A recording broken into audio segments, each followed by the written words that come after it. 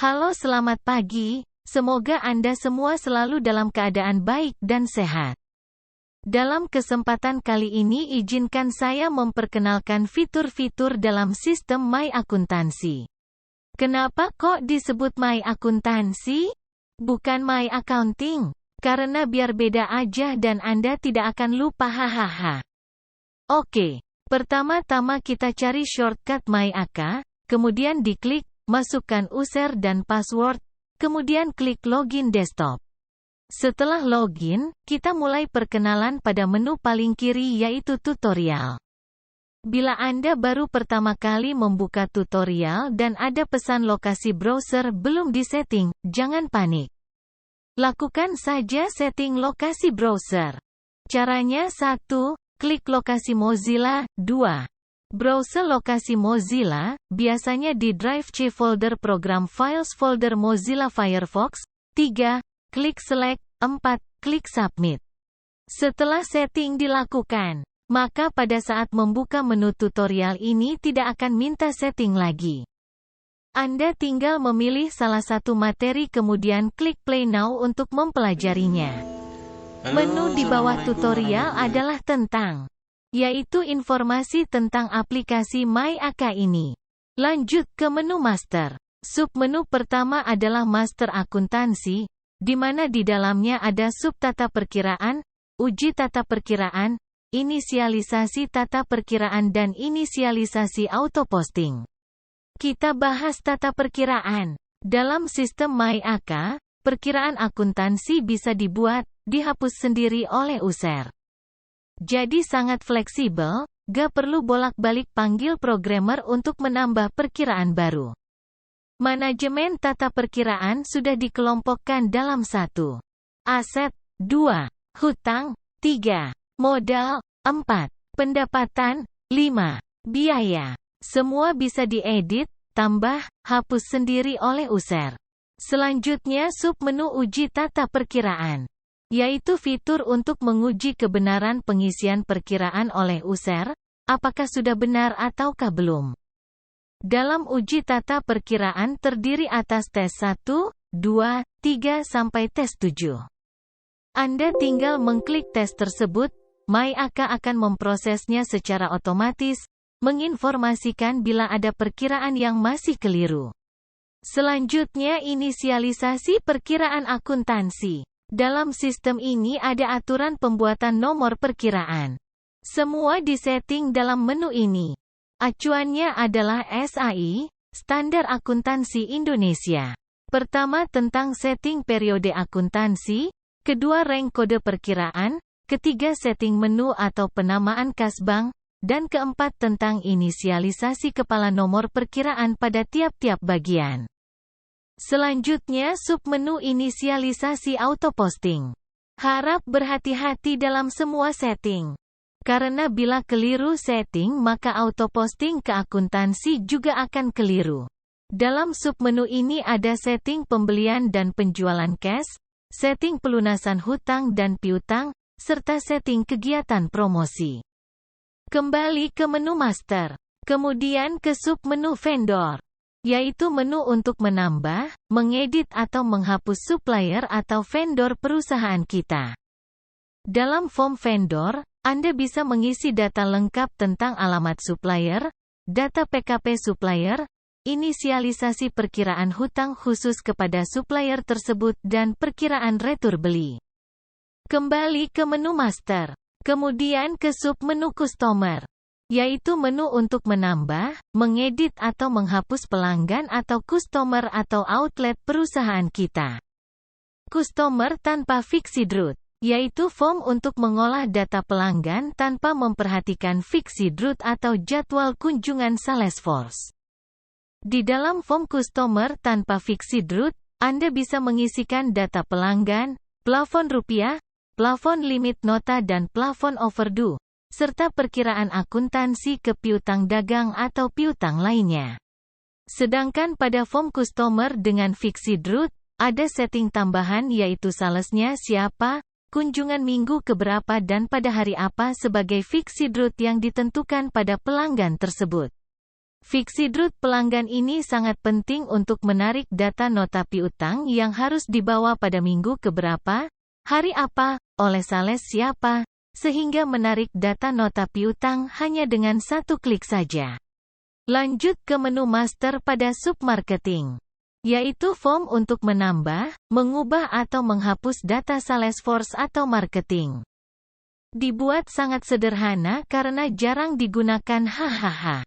Selanjutnya ke submenu Fixidrut, yaitu form untuk men-setting nama dari jadwal sales tertentu pada jadwal jalur kunjungan tertentu.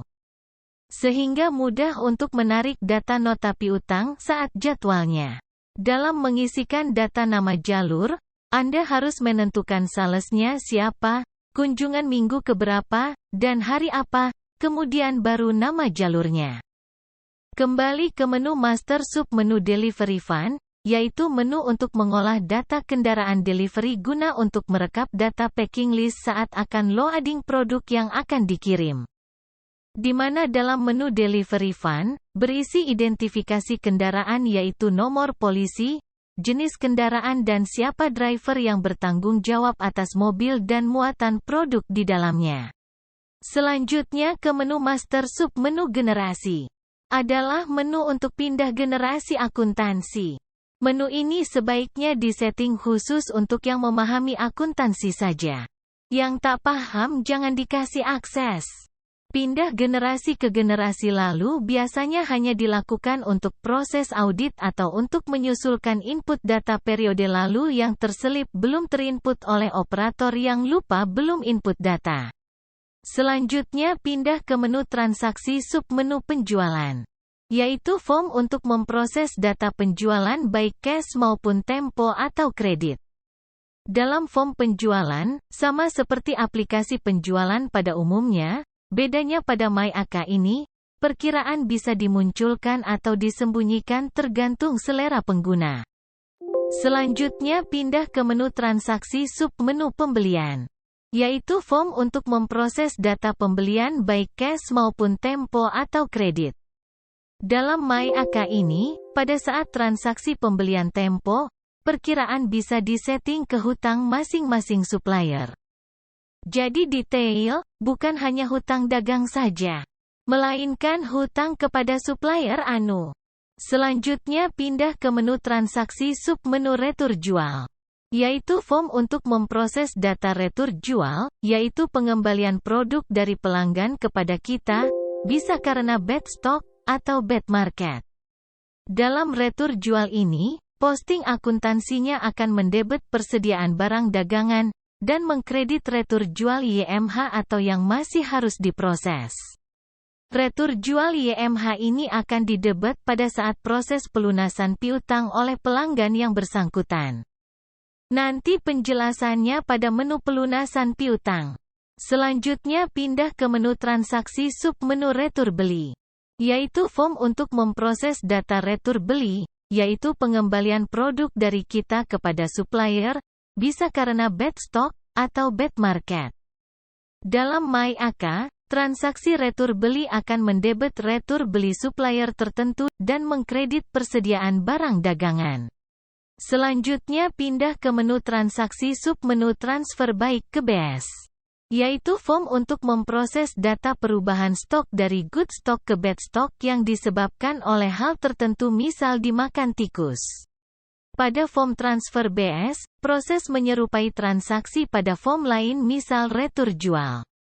Jadi sangat mudah menggunakannya. Lanjut ya, pada menu sebelah kanannya, jangan capek dulu, kalau melihat dan mendengar penjelasannya saja capek, kebayangkan bikin aplikasinya juga capek pakai banget, hahaha. Lanjut ke sebelah kanannya yaitu laporan nota. Laporan nota adalah informasi tentang nota transaksi atau ikhtisar nota transaksi. Bukan laporan item. Laporan item ada sendiri menunya. Laporan nota terdiri atas submenu 1. Penjualan, 2. Pembelian, 3. Retur jual, 4. Retur beli, 5. Adjustment atau stok opname, 6. Laporan nota jual dihapus. Form laporan nota penjualan bisa menarik data dari tanggal kapanpun. Bisa sehari, seminggu, sebulan atau bahkan 1 tahun lebih. Tergantung pengguna ingin menarik data periode kapan sampai kapan. Setelah data ditarik, data bisa difilter per tim sales, per customer atau pelanggan, difilter cash saja atau kredit saja dan gabungan semua filter tadi. Setelah filter ditentukan, data laporan juga bisa langsung diekspor ke Excel sehingga data bisa diolah sendiri oleh pengguna menggunakan pivot table, untuk keperluan analisis data dan yang lainnya.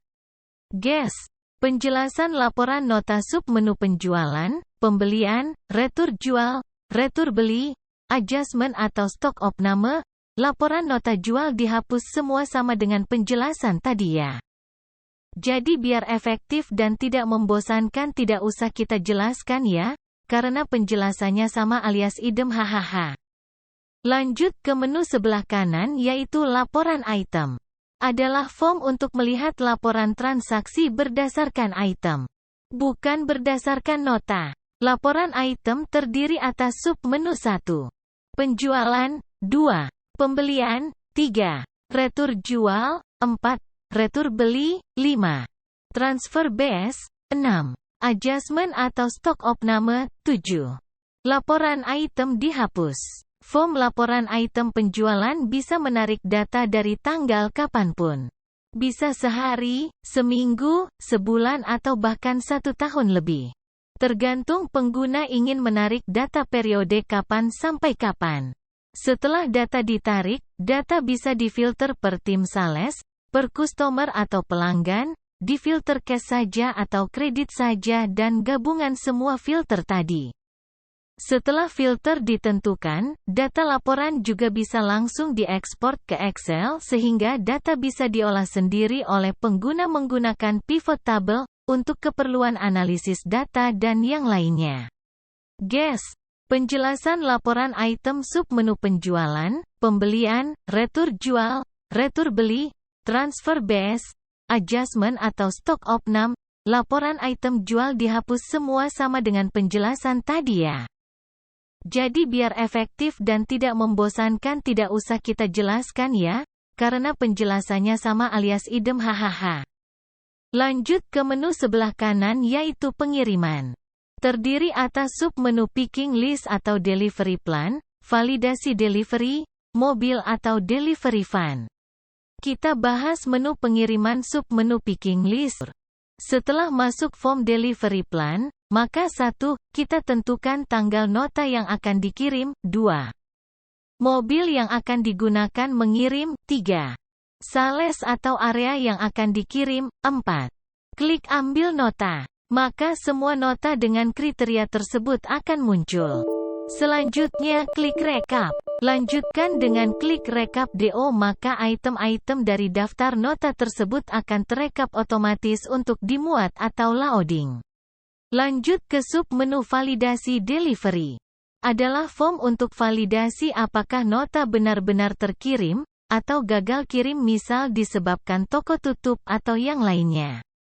Sub menu berikutnya mobil atau delivery van sudah dijelaskan tadi di awal, pada menu master sub menu delivery van.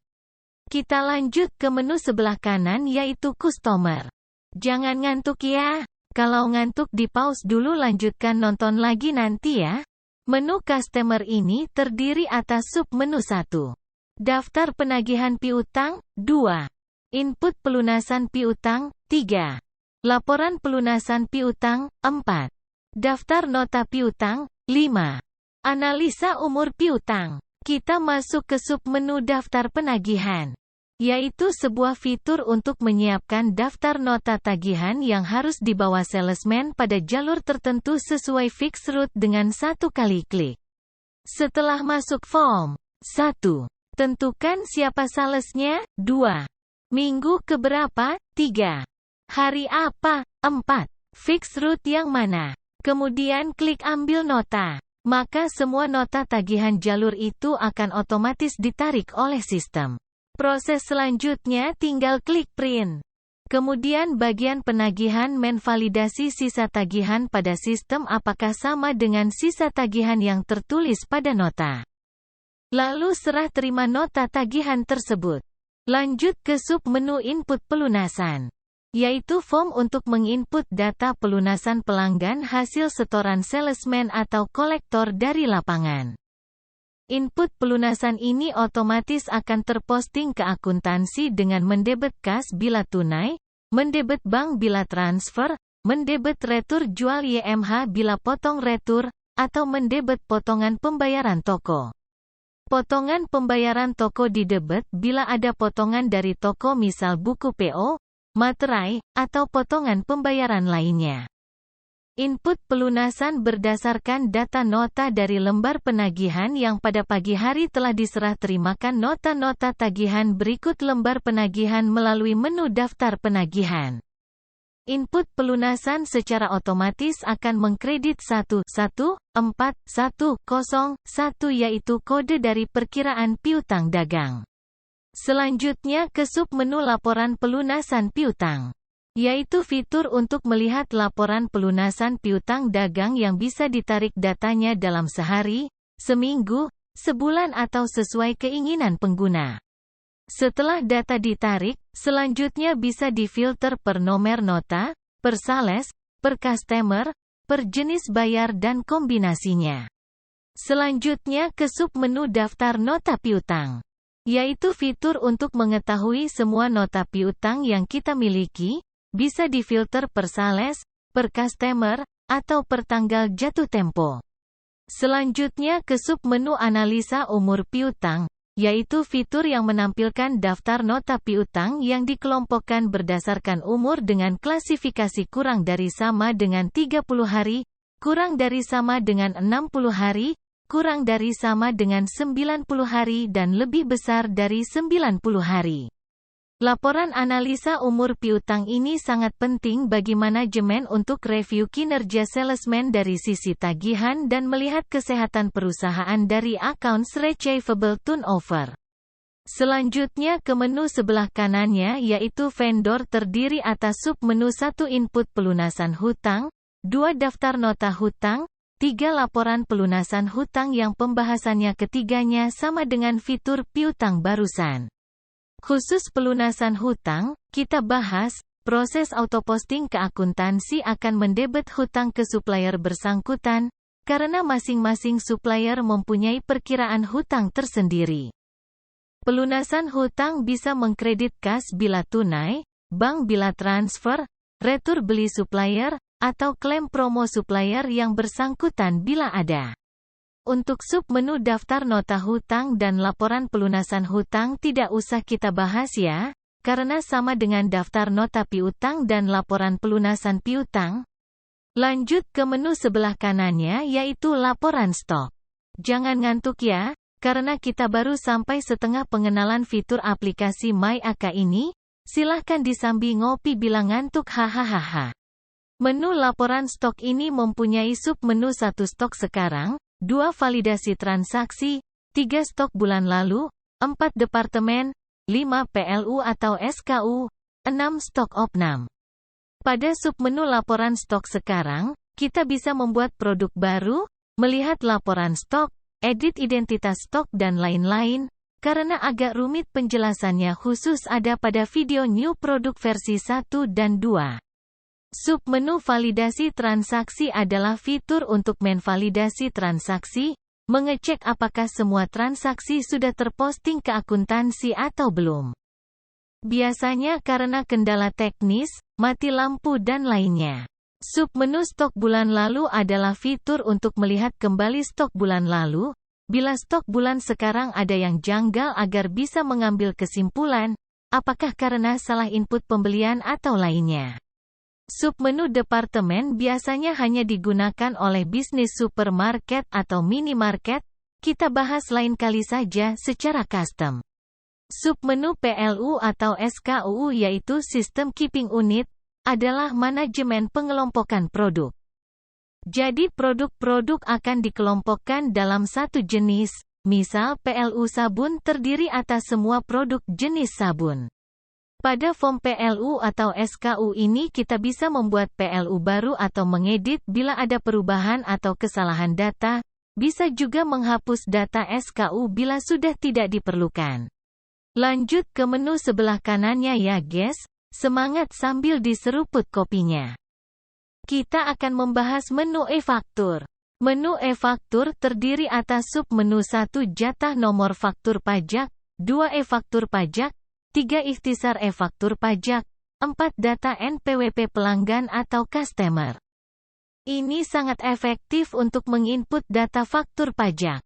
Fitur e-faktur ini pada prinsipnya adalah untuk create file CSV dari data penjualan, sehingga tak perlu input ulang data penjualan ke sistem e-faktur, melainkan tinggal upload data CSV-nya saja. Ke sub-menu jatah faktur pajak. Menu ini untuk membatasi sistem agar saat create file CSV masih dalam rank nomor faktur pajak standar yang dialokasikan dari kantor pajak. Pada submenu e-faktur, pengguna membuat file CSV pada form ini hanya cukup dengan memanggil nomor nota penjualan yang sudah kita lakukan kepada pelanggan PKP tertentu.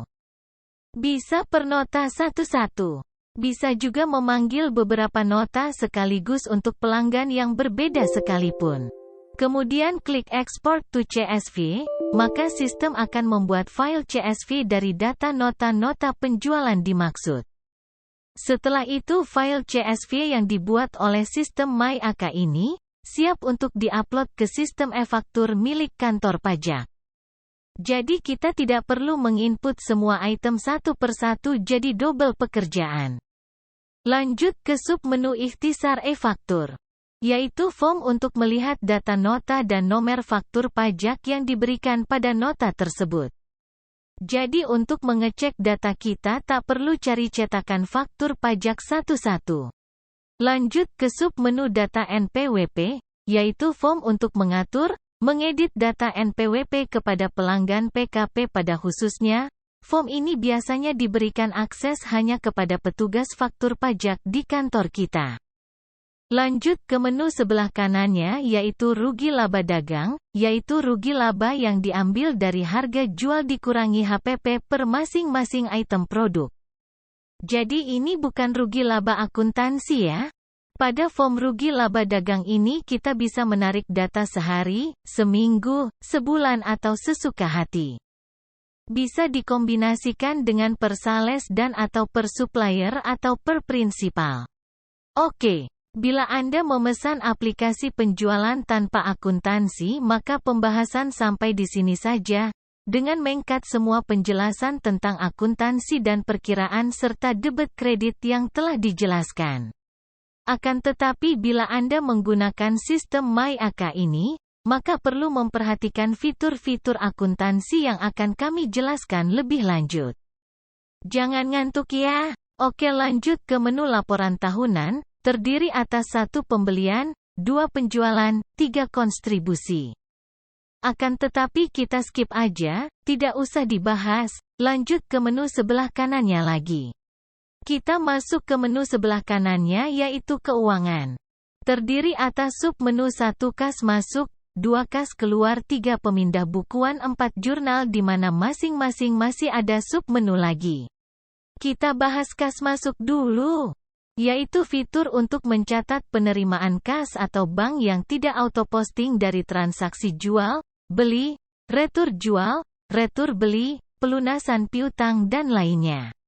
Jadi semua transaksi yang auto-posting dari transaksi jual, beli, retur jual, retur beli, pelunasan piutang dan hutang, itu otomatis tercatat jadi gak perlu dicatat ulang.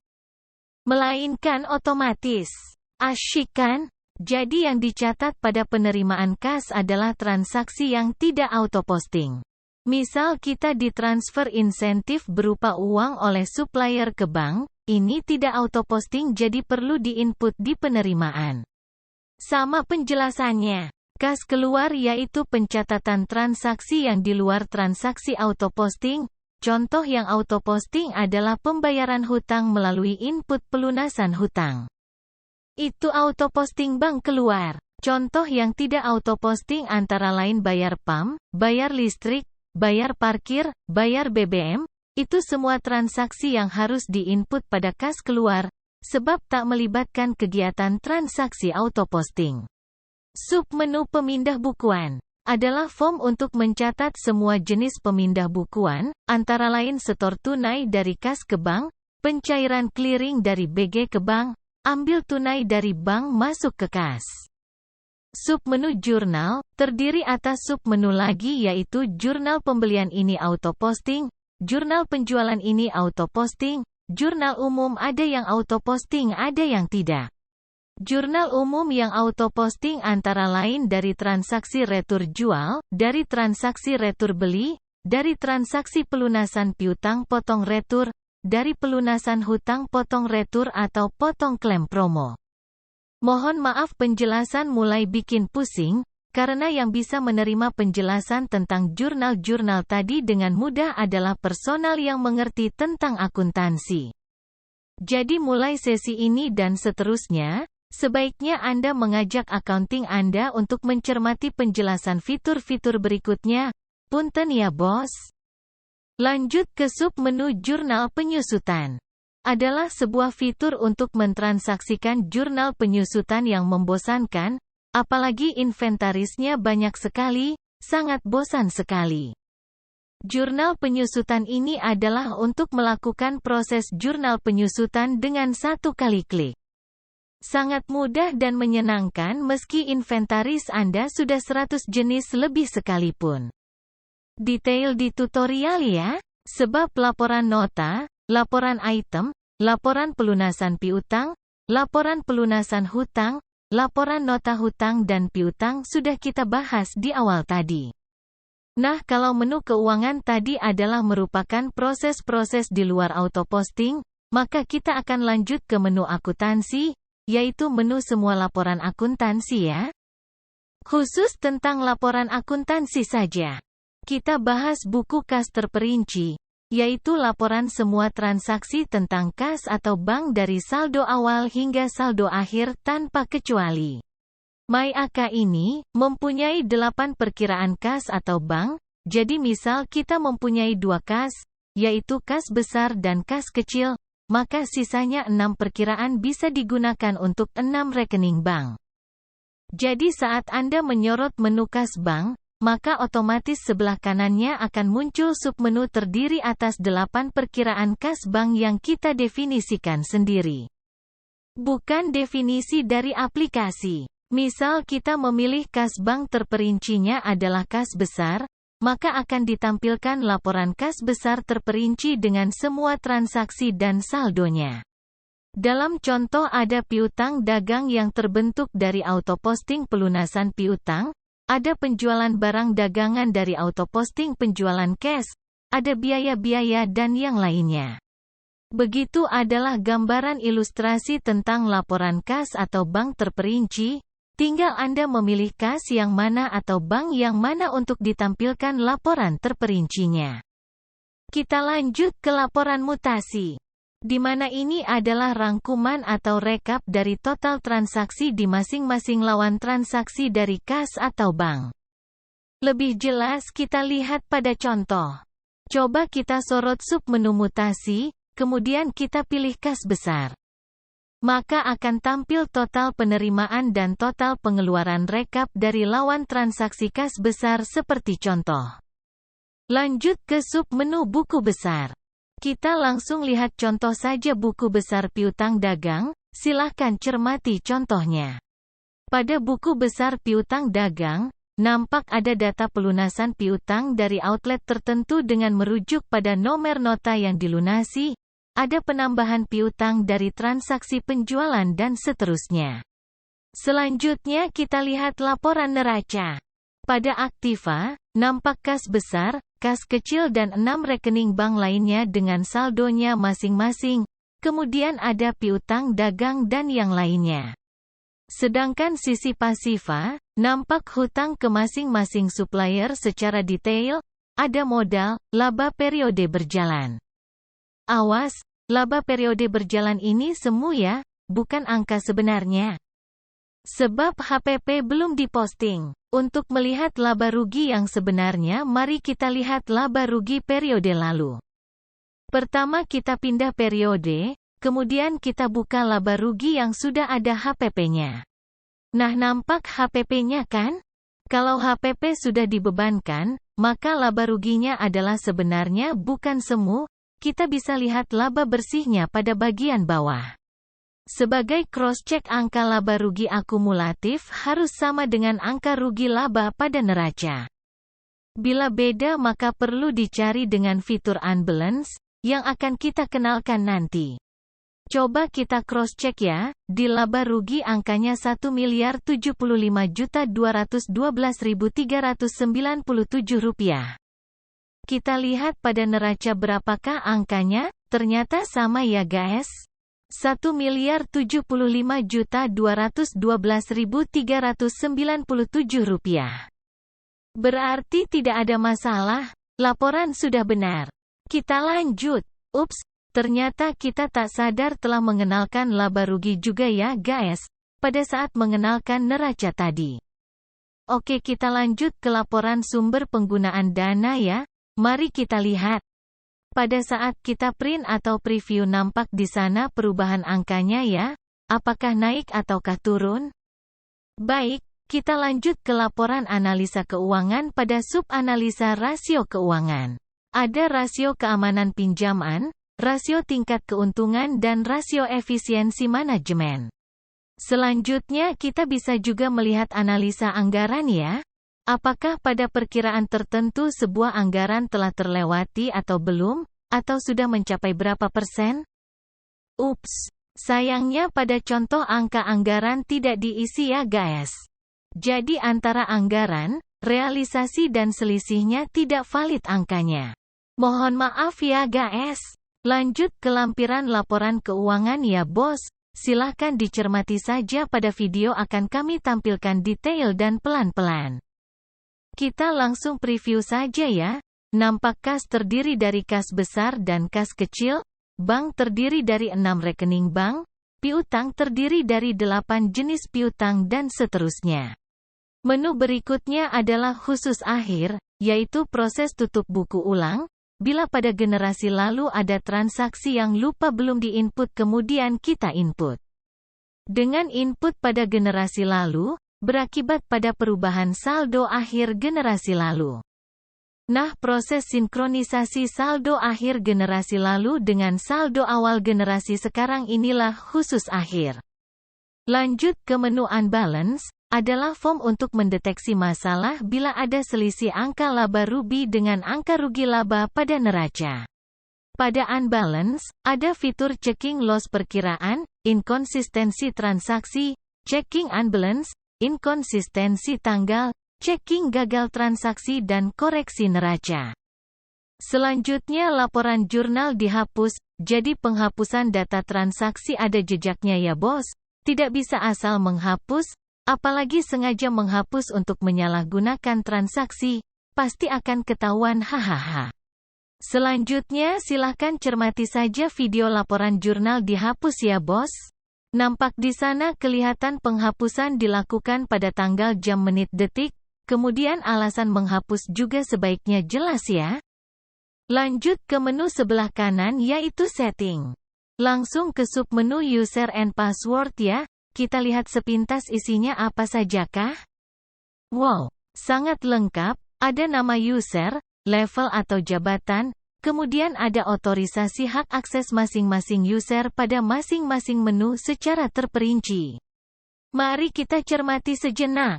Jabatan user, ada operator, ada admin, ada manajer, ada administrator yang tentunya ada batasan akses ya. Selain level atau jabatan user, secara detail di sebelah kanan ada batasan menu hak akses terperinci. Misal user Himawan apakah boleh akses penjualan atau tidak, boleh akses pembelian atau tidak, boleh akses tata perkiraan atau tidak, boleh akses neraca atau tidak, boleh mutasi atau tidak, pokoknya banyak ya. Silahkan cermati video sendiri sambil minum kopi plus madu murni Devihani ya. Oh iya, yang bisa akses ke menu user and password hanya manajer dan administrator ya. Jadi user admin, operator, kasir tidak bisa membuka menu ini. Lanjut ke menu ganti password. Yaitu menu untuk merubah password user yang bersangkutan saja ya. Cukup jelas jadi gak usah dijelaskan ya, hahaha. Lanjut ke sub-menu backup ya. Menu ini hanya diperlukan bila database Anda offline ya. Kalau database online tidak perlu menjalankan backup, karena sudah diurusi oleh kami pada server online-nya. Akhirnya sampai ke pengenalan bagian akhir ya. Baiklah kita lanjutkan.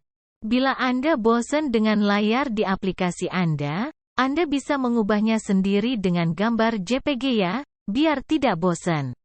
Sebagai contoh mari kita ubah layar pada aplikasi ya. Setelah mengubah setting aplikasi harus keluar kemudian login lagi.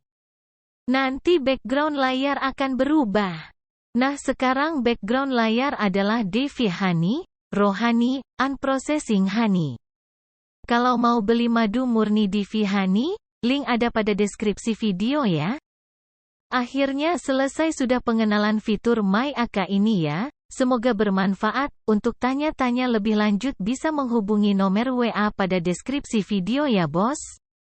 Baiklah terima kasih. Semoga bisa melayani Anda sebaik-baiknya. Semoga bisa memberikan sebesar-besarnya manfaat untuk Anda. Amin. Terima kasih atas waktu dan perhatiannya ya bos. Salam.